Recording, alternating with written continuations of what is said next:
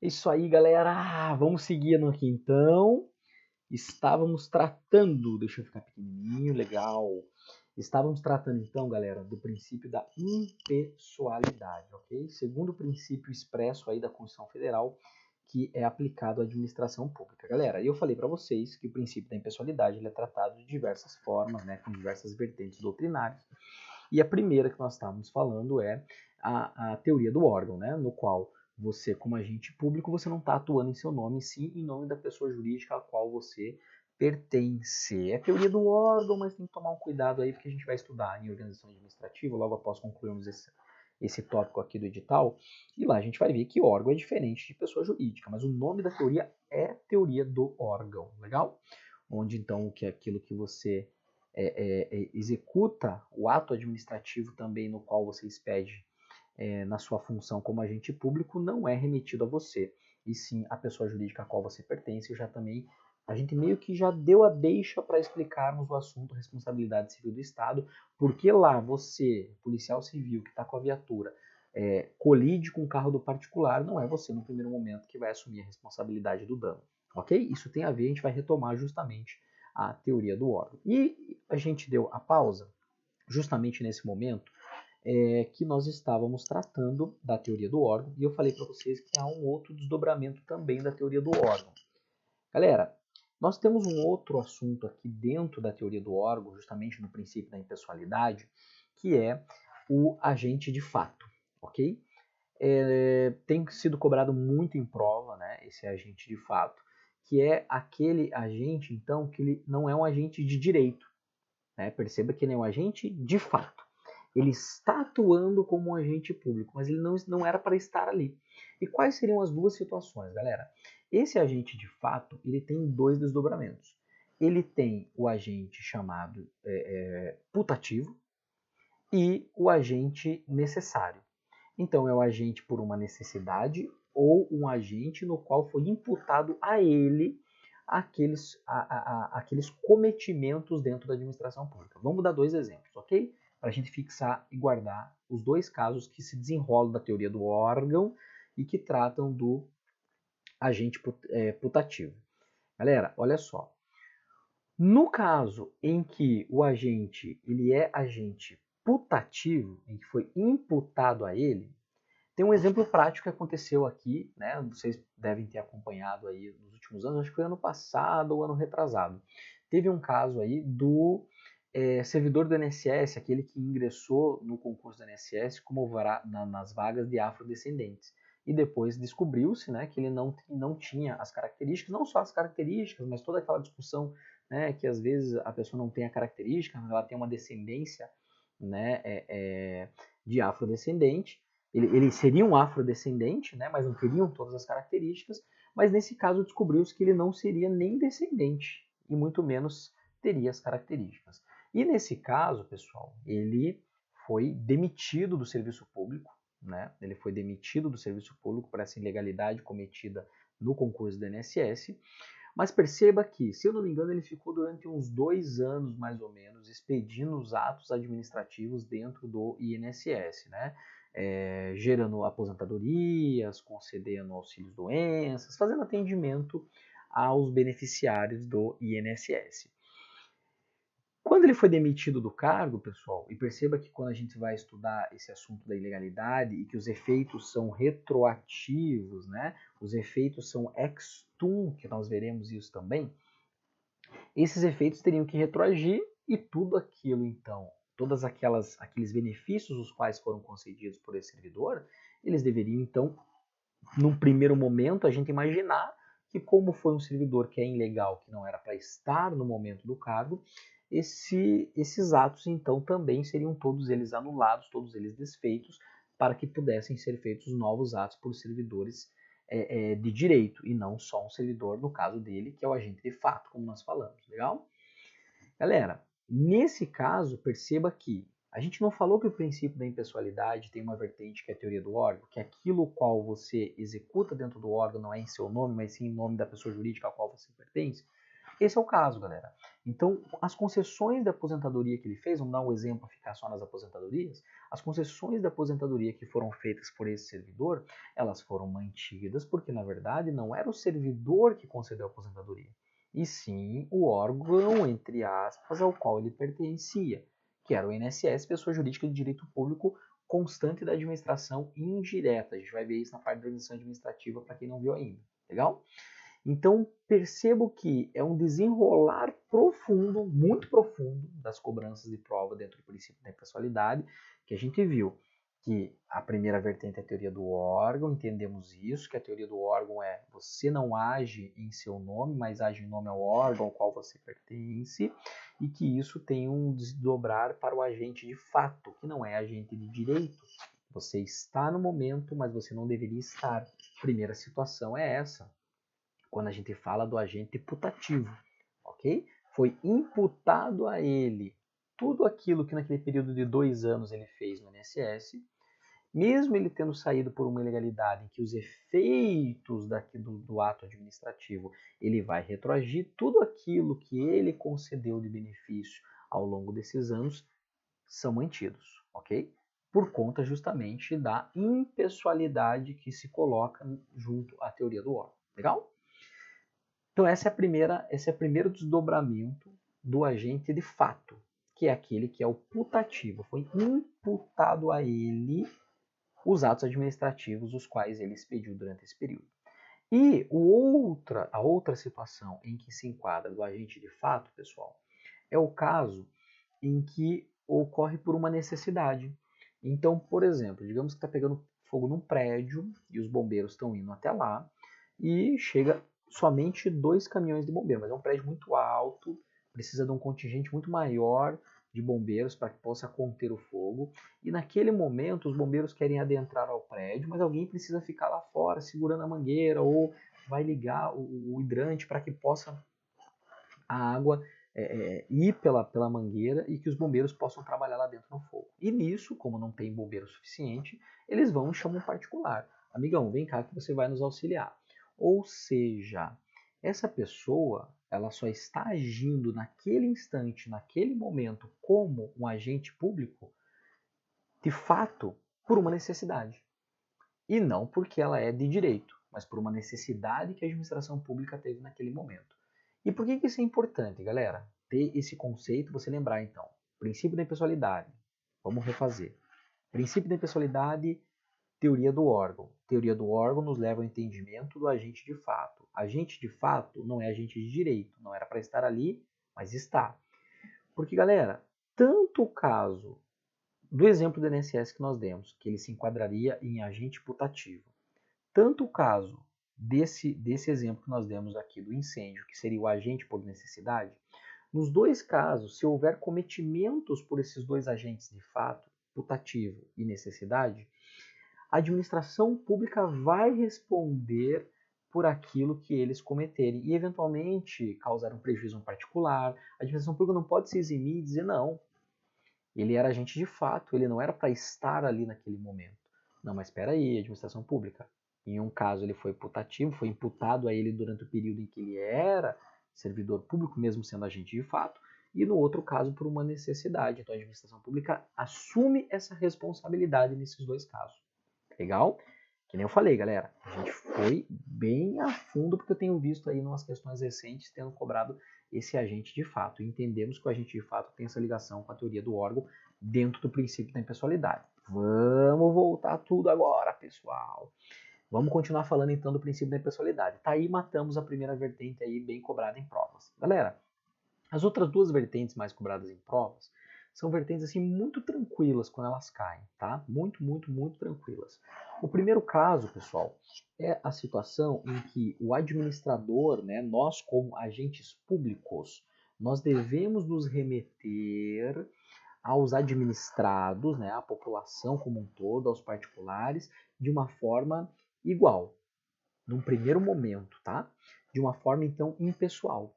Eu não posso, por cunho religioso, por cunho clubístico, por cunho partidário, tratar os administrados que estejam na mesma situação de forma diferente. Não posso. Tem que tratar todos da mesma maneira. Esse é o princípio da impessoalidade nessa vertente da administração pública no trato com o particular.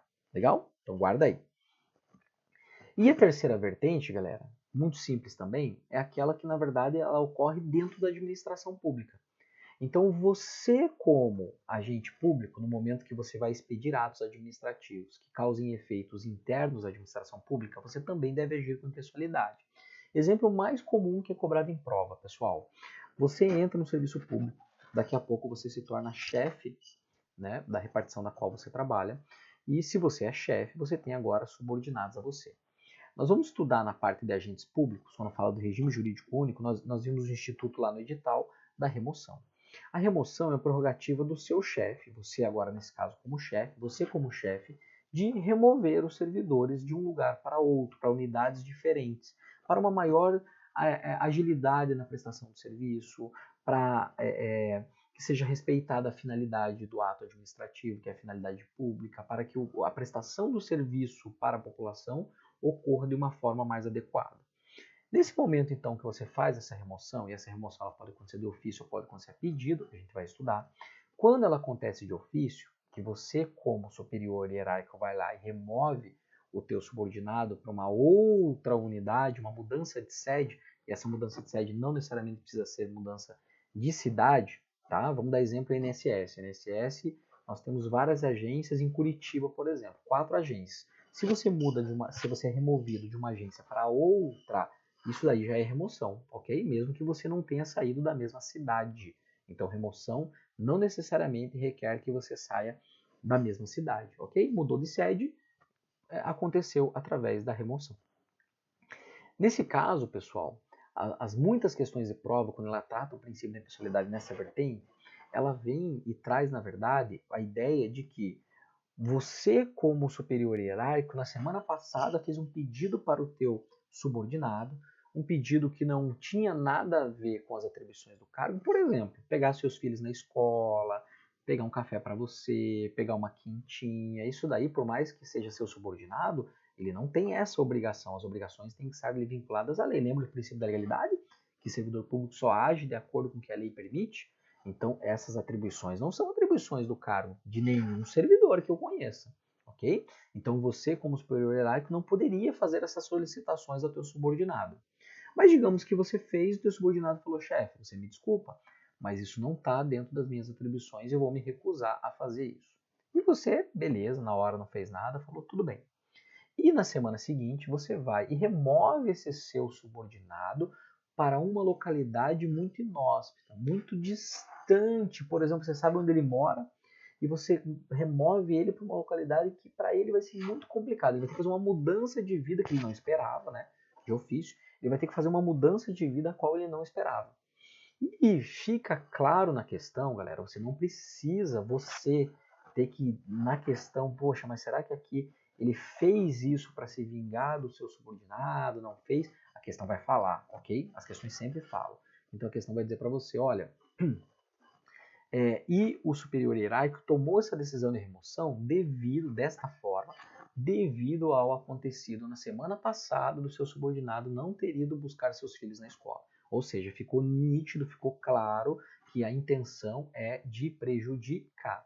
Galera, eu estou aí neste momento agindo então agora com pessoalidade e não com impessoalidade. Então essa também é uma vertente muito cobrada em prova do princípio da impessoalidade. Legal? Então tá aí, fechamos a impessoalidade, pessoal. Primeiro, teoria do órgão, tudo aquilo que a gente discutiu. Segundo, você como agente público, no trato com o particular, no trato com o cidadão, deve tratar de forma impessoal, desde que os cidadãos estejam na mesma circunstância, ok? Porque isso aqui a gente vai tratar depois do princípio da igualdade, lá na parte constitucional, que é tratar os desiguais na medida das suas desigualdades. Raramente isso é cobrado dentro do direito administrativo, muito raramente. Isso é cobrado mais dentro do direito constitucional, por isso que a gente não vai se aprofundar muito aqui, legal? Então, teoria do órgão, você como agente público no trato com os particulares e você como agente público dentro da administração pública expedindo atos administrativos. Nas 3 situações, nós vamos ter aí uma aplicação ao princípio... Opa. O que aconteceu? Opa, só um pouquinho. Tivemos uma falha técnica, mas já retomamos aqui. Legal. Galera, Aí, deixa eu voltar pequenininho aqui de novo. Calma aí.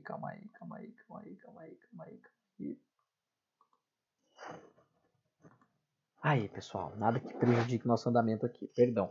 Não sei o que aconteceu, não estava mexendo em nada aqui, vocês viram, eu estava com a mão levantada e mudou a tela aqui, mas beleza.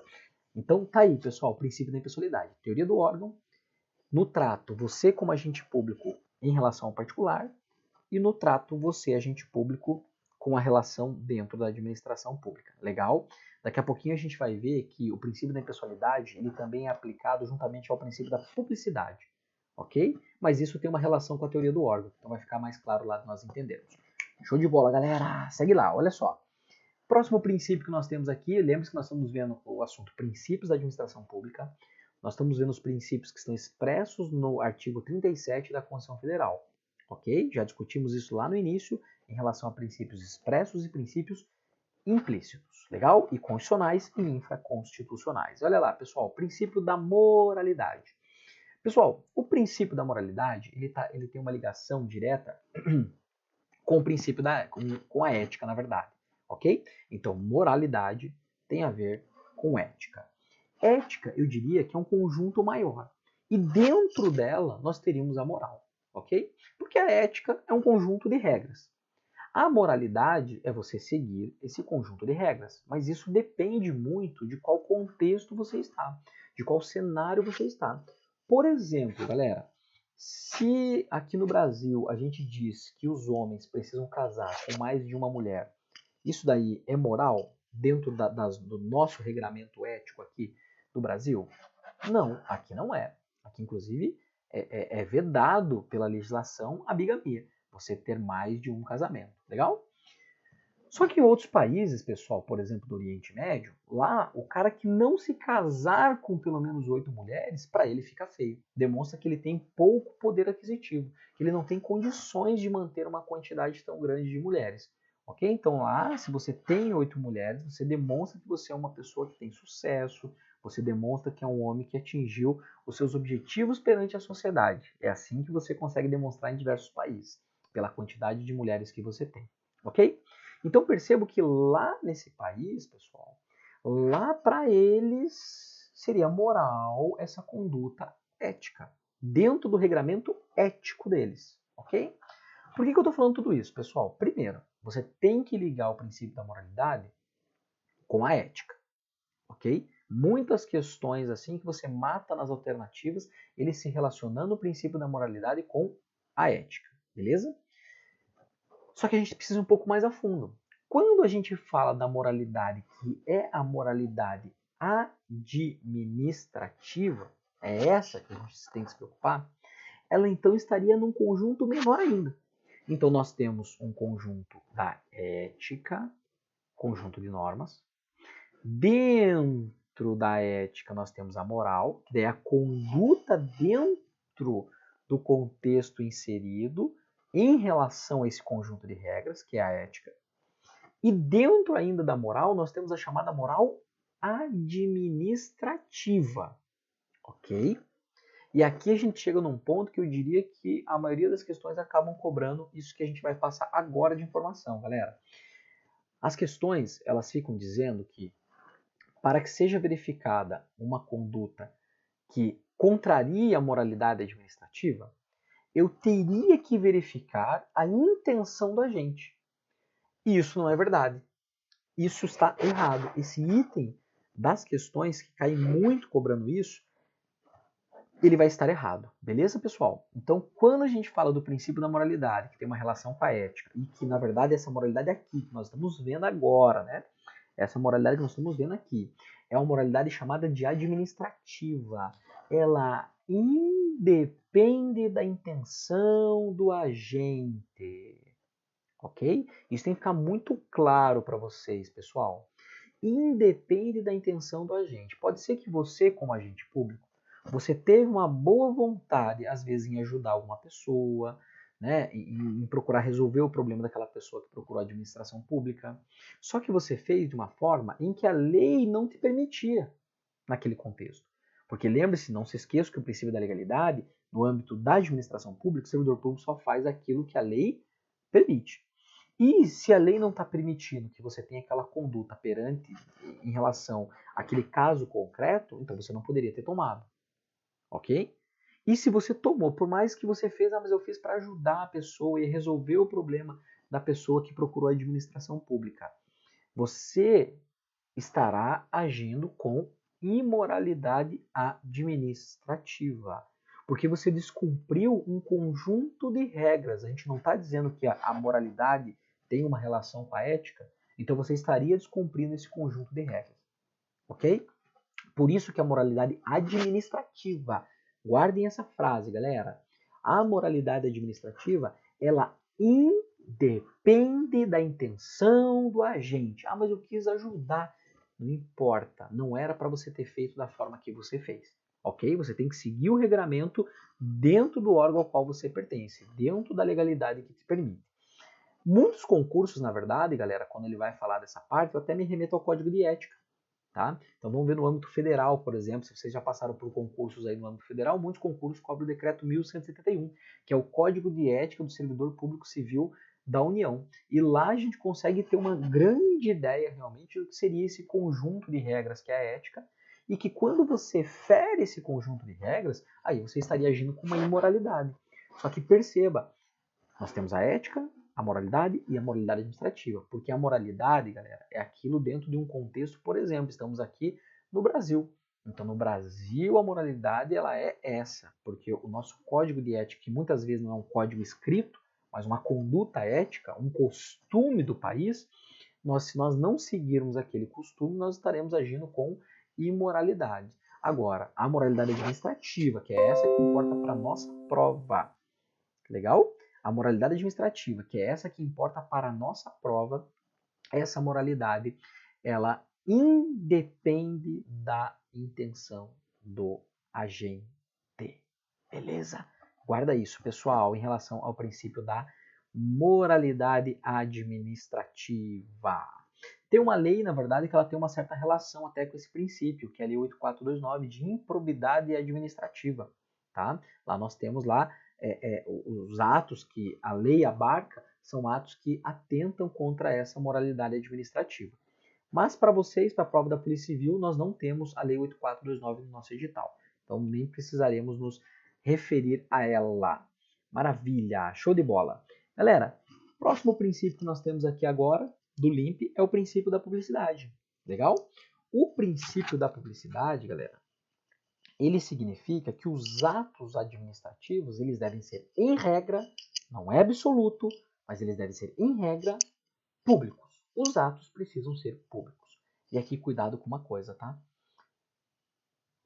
Dar publicidade ao ato não significa que o ato tem que ser publicado.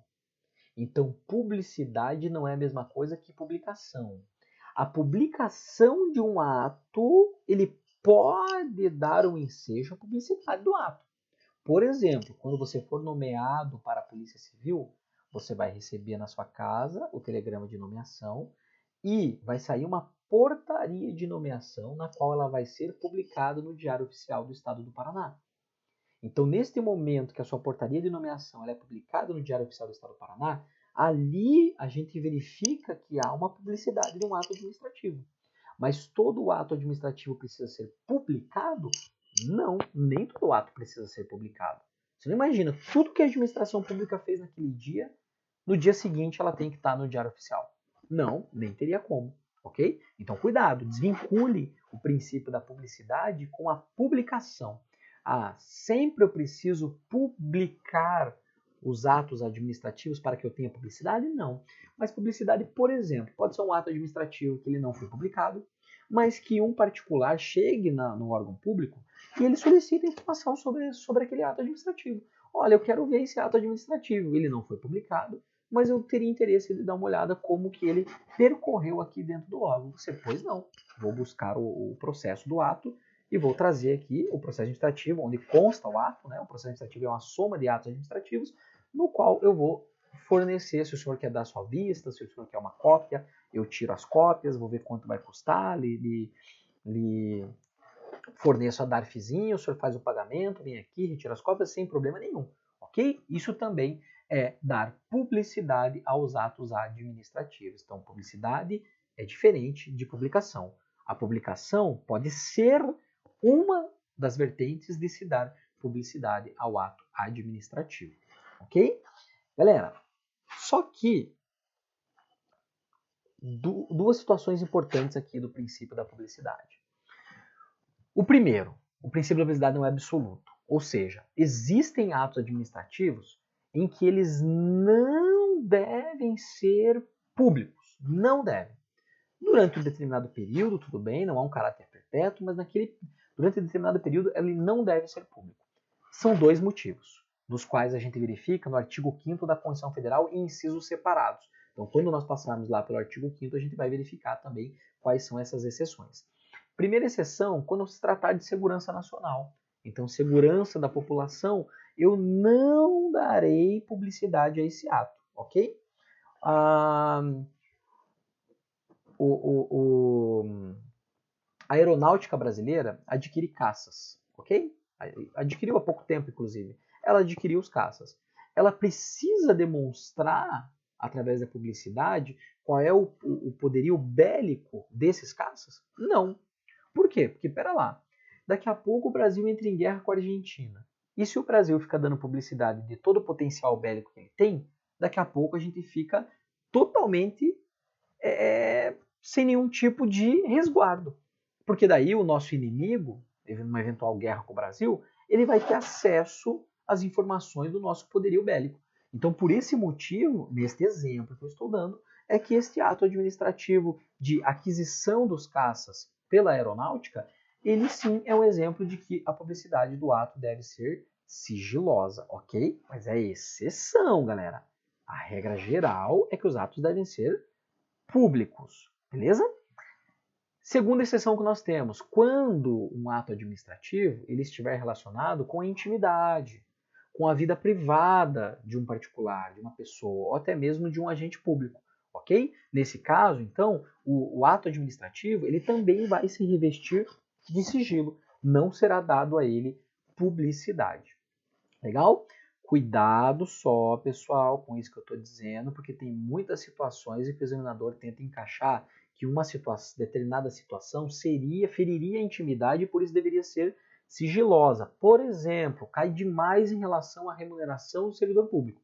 Então, a remuneração do servidor público ela não deve ser divulgada porque isso fere a intimidade, a vida privada do servidor. Coisa nenhuma. Isso não se enquadra como intimidade e vida privada. Ok? Então, nesse exemplo aqui muito claro, e galera, de novo, abrindo um parênteses aqui bem rapidinho. Lembre-se que eu falei para vocês que a gente vai tratar aqui com muita objetividade daquilo que tem a maior incidência de cobrança de provas. Nós não vamos conseguir fechar 100% do conteúdo programático, principalmente pelo curso online, e a gente tentar fazer uma coisa muito mais dinâmica para vocês.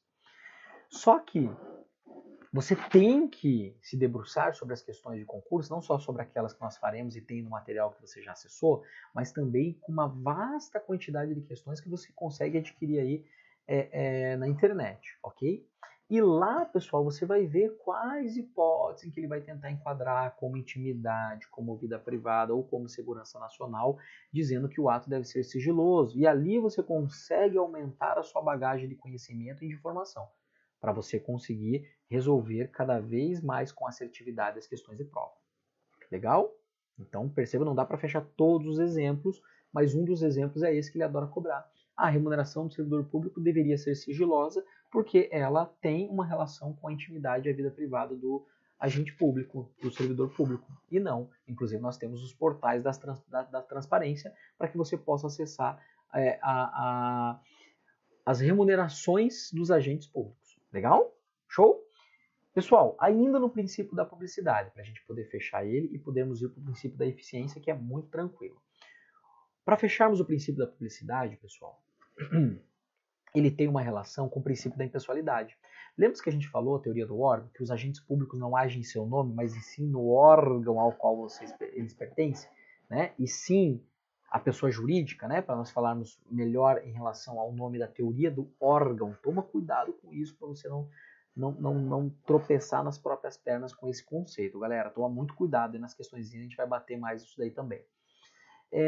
Então perceba, por exemplo, quando vai ser dada uma publicidade de uma ação governamental.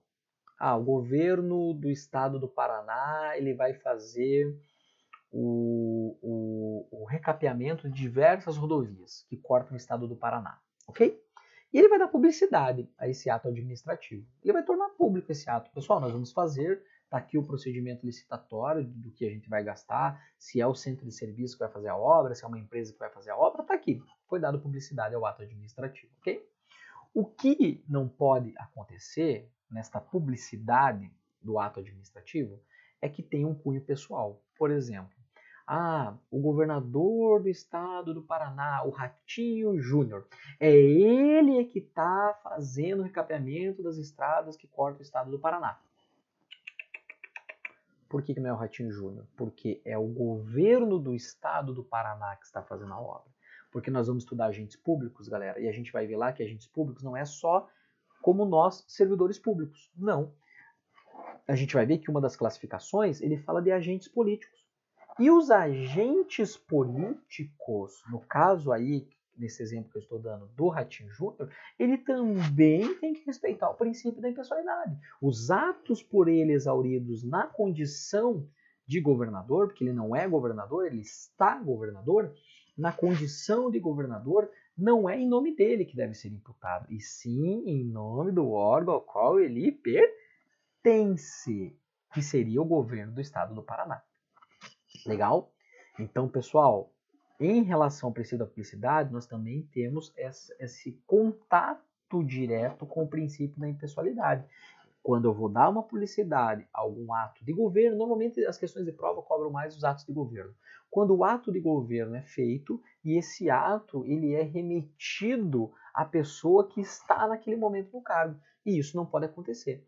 Isso também feriria o princípio da publicidade em conjunto com o princípio da impessoalidade na teoria do órgão, que se aplica a todos os agentes públicos, e a gente vai entender melhor agentes públicos quando chegarmos na aula de agentes públicos, né? Aquele item lá que nós falamos que ele está apartado do edital de direito administrativo. Legal?